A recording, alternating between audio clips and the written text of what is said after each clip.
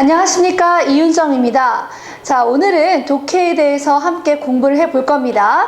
독해는 과연 무엇이며 어떻게 해야 할까? 실제적으로 현 수능보다 여러분들이 앞으로 치르게 될 수능에서는 독해가 많이 더 어려워질 것입니다. 그게 A형, B형 두 개 중에서 하나를 고른다고 해도 실질적으로 인서울 하기 위해서는 B형의 문제를 여러분들은 골라야만 할 것이며, B형을 고른다는 것은요, 한 문제당 1분 정도의 시간으로 문제를 풀어야 한다는 결과가 나오는데요.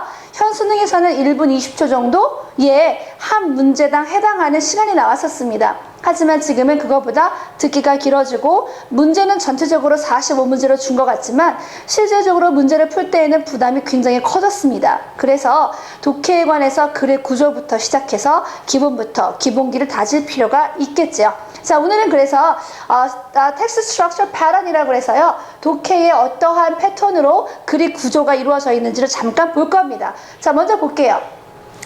글의 주제를 고를 때, 아니면 글의 소재, 요지, 주장 이런 것들을 고를 때 실질적으로 가장 중요한 것은 소재가 되겠죠. 그 소재를 가지고 글이 어떻게 전개가 되며 어떠한 방향으로 가는지가 중요한데요.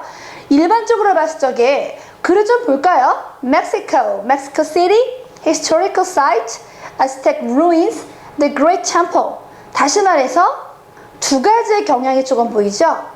More general, 좀 더 일반적인 것과 more specific, 좀 더 정확한 것으로 갑니다. 딱 보시기에 어느 쪽이 좀 더 정확하죠? 갈수록 밑으로 갈수록 좀 더 정확한 어떤 단어가 나오고 있죠? 위로 갈수록 more general, 좀 더 일반적인 넓은 범위의 단어가 나옵니다. 자, 그렇다면 질문. 주제는 more general하게 가는 게 맞을까요? more specific하게 가는 게 맞을까요? more general하게 가는 게 맞습니다. 왜냐하면 specific하게 간다는 것은요, 더 정확한 예를 든다고 봐야 돼요. 우리가 흔히 말하는 예문들입니다. 자, 주제나 모든 글에 중심되는 내용들은 절대 예문에서 나오지 않습니다. general 한 부분에서 전체를 포괄할 수 있는 범위에서 나온다는 것 잊지 마세요. 자, 그래서 general statement와 specific statement가 나올 때에는 답은 뭐가 된다? general statement가 된다. 자, 그렇다면 두 번째 보겠습니다. topic sentence와 supporting sentences라고 나와 있는데요. 자, topic sentence라는 것은 우리가 주제로 삼을 수 있는 가장 주가 되는 문장이며, 이것에 관해서 supporting sentence, 제가 금방 말씀드렸던 예문들입니다. 그렇다면 선생님, 예문에서는 답이 안 나온다면서요? 예문은 주제가 될 수 없다면서요? 그렇다면 예문은 어떤 것들을 예문이라고 할까요? 궁금하지요? 자, 그런 것들을 살펴보도록 하겠습니다. 자, 예문이라는 것은 말 그대로 for example, for instance, 예를 들어서 라고 들어가는 건 당연히 예문이겠죠. 하지만 이런 말이 없다고 할지라도 구체적인 자료가 제시가 되는 경우가 있어요. 몇 퍼센트 등등등의 데이터가 나오는 경우는 구체적인 자료입니다. 뭐든지 스페시픽하게 가면 걔는 예문이라고 했죠. 자, 용어의 정의, 어떠한 말이 나오고 그것에 관해서 갑작스러운 정의, 개념 설명이 나온다면 그것은 그렇죠. 앞으로 내가 어떠한 설명을 하기 위해서 이 단어가 필요하기 때문에 그냥 할 뿐입니다. 다시 말해서 그것은 예문의 시작이라고 보는 것이 맞고요. 주제를 분석하고 설명하는 과정들을 통해서 우리들은 어떤 결과를 얻겠죠. 즉, 과정은 예문입니다. 5번, 유추, 비교, 대조, 시간의 흐름. 자, 왜 유추하고 왜 비교할까요? 이것이 맞다, 내가 지금 말하고 있는 것이 맞다라는 것을 다른 것을 갖다가 비교하면서 좀 더 정확하게 방향을 끌고 나가겠죠. 그렇기 때문에 이 모든 것들은 다 예문이 됩니다.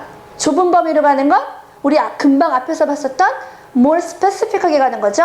역시 예문입니다. 특정 인물, 특정 장소, 특정 이름 다 예문입니다. 자, 이런 것들은 사실은 여러분들은 훈련을 통해서 배워야 하는 것들이죠. 자, 그래서 실제적으로 수능 출제 예시 예문을 한번 본다면 첫 번째 문장 A terrible accident changed my life, 내 삶을 바꿔놓았다라는 문장을 그냥 보고 넘어가면 안 됩니다. 첫 번째 문장은 무조건적으로 중요한 소재 제시입니다. 첫 번째 문장에서 나올 수 있는 소재는 terrible accident죠. 결론은 내 삶을 바꿔놓았다. 그 다음에 갑자기 뭐가 나오죠? A friend and I, 내 친구와 나는 were driving home, 집으로 가고 있었다. 갑자기 과정 설명이 나오죠. 네, 아까 제가 금방 앞에서 뭐라고 말씀드렸어요? 과정, 설명은 다 예문이다. 그래서 쭉 그날 밤에 있었던 사건이 나옵니다. 읽어보시면 알겠지만 시간이 없어서 지금 집으로 가고 있다가 midnight movie를 보고 갔습니다. As we approached an intersection, 교차로에 도착했을 때 we stopped at a red light. 빨간불에서 섰지요. No cars, 어떤 자동차도 seemed to be coming, 오는 것 같지 않았습니다. So, 그래서 I decided to go through the red light. 빨간불을 지나서 가기로 결정을 했지요. Immediately, 즉시 after we started, 우리가 출발하자마자 I lost consciousness. 저는 의식을 잃었습니다. Later, 후에 I learned that. 나는 that 이하를 알게 되었지요. 자, learn이라는 단어가 나왔다고 해서 항상 배웠다라고 하는 건 중등입니다. 고등학생이죠? 하게 되었다, 되다 정도도 괜찮겠죠. I learned that. 난 that 이하를 알게 되었습니다. We had hit a car. 우리가 차를 쳤다는 사실. 어떤 차?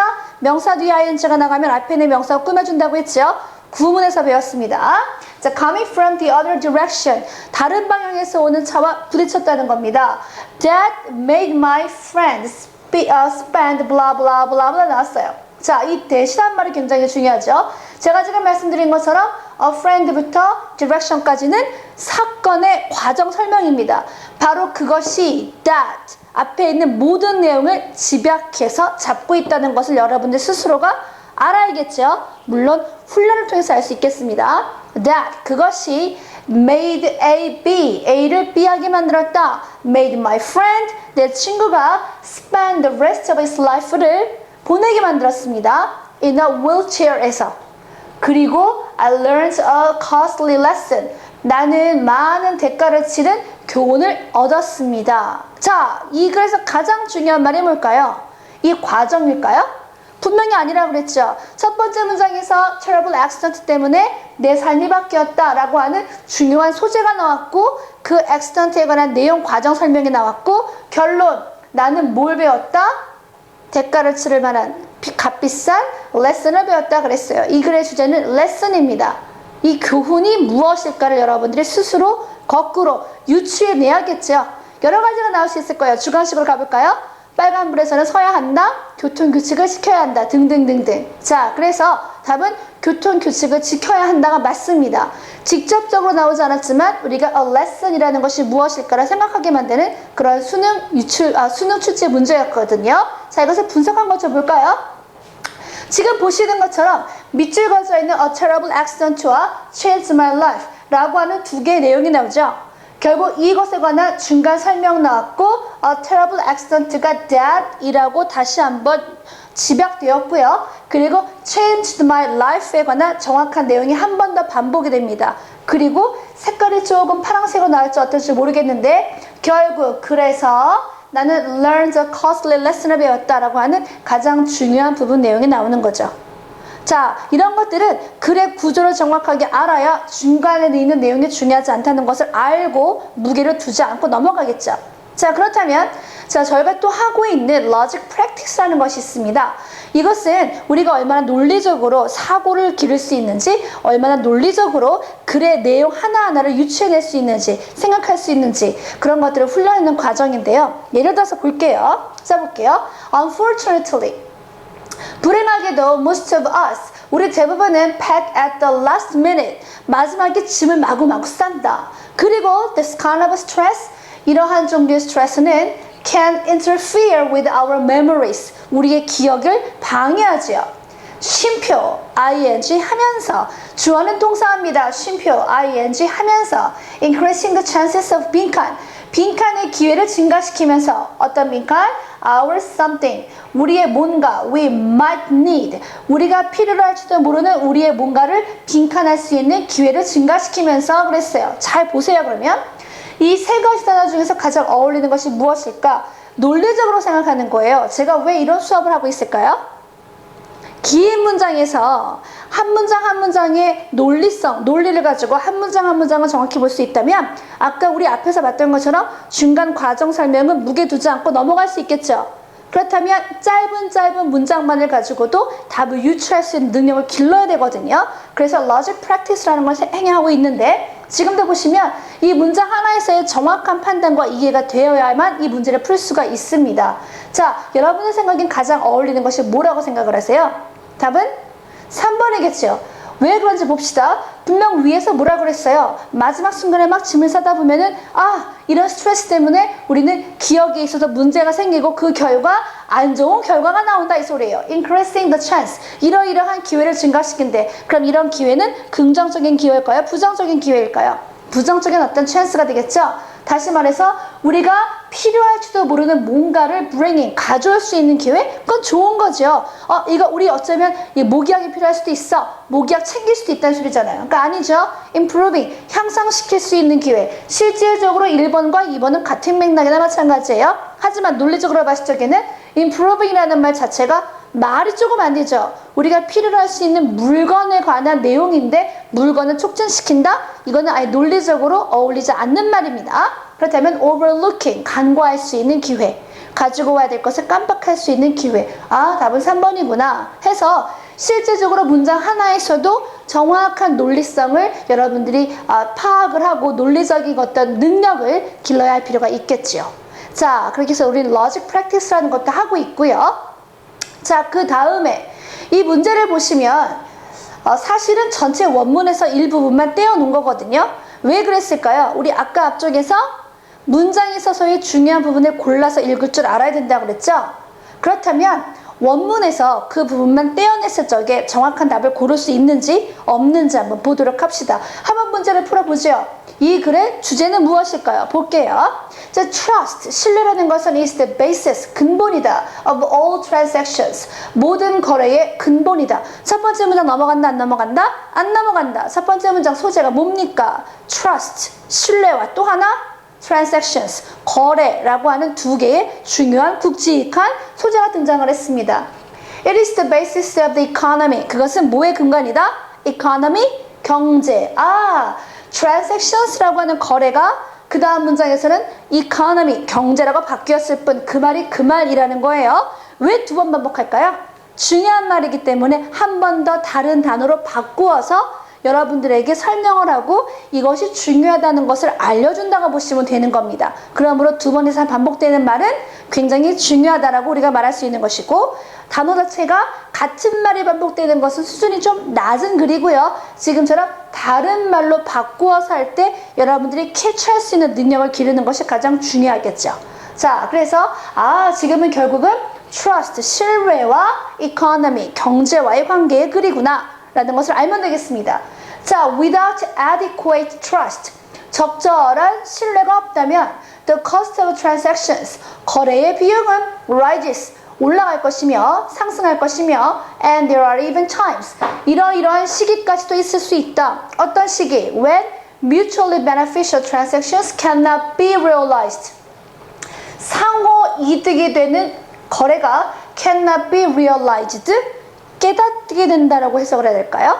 자, realize라는 것은 깨닫다의 뜻도 있지만 이제 고등학생인데 실현되다의 뜻도 있죠. 실현시키다. 우리 reality가 현실이잖아요. 현실처럼 만든다 뜻이니까. 자, 그래서 실제적으로 상호 이득을 줄 수 있는 거래가 cannot be realized, 현실화되지 못할 수도 있습니다. 그러므로 하고 싶은 말 without부터는 실질적으로 한 번 더 반복되어서 얼마나 trust가 중요한지를 말하고 있을 뿐이죠.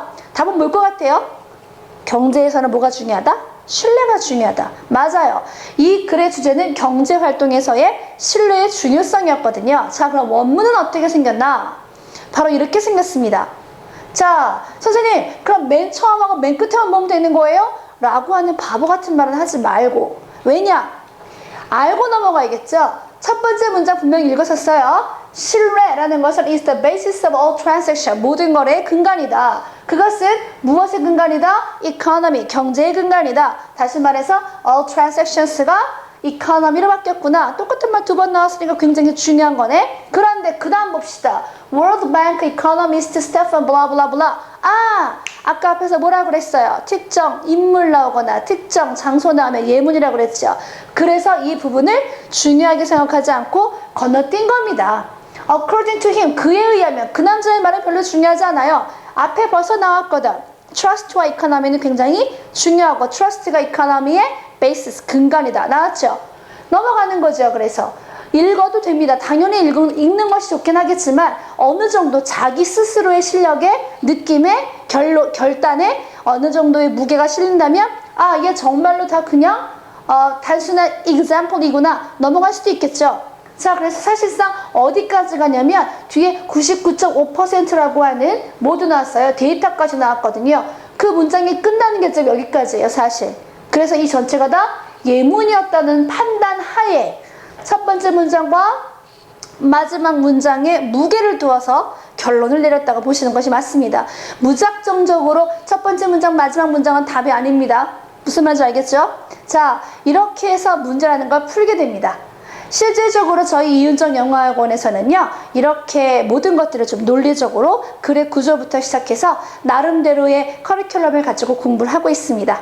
자, 좀 이해하셨습니까? 다음에 직접 만나 뵈었으면 합니다. 수고하셨습니다.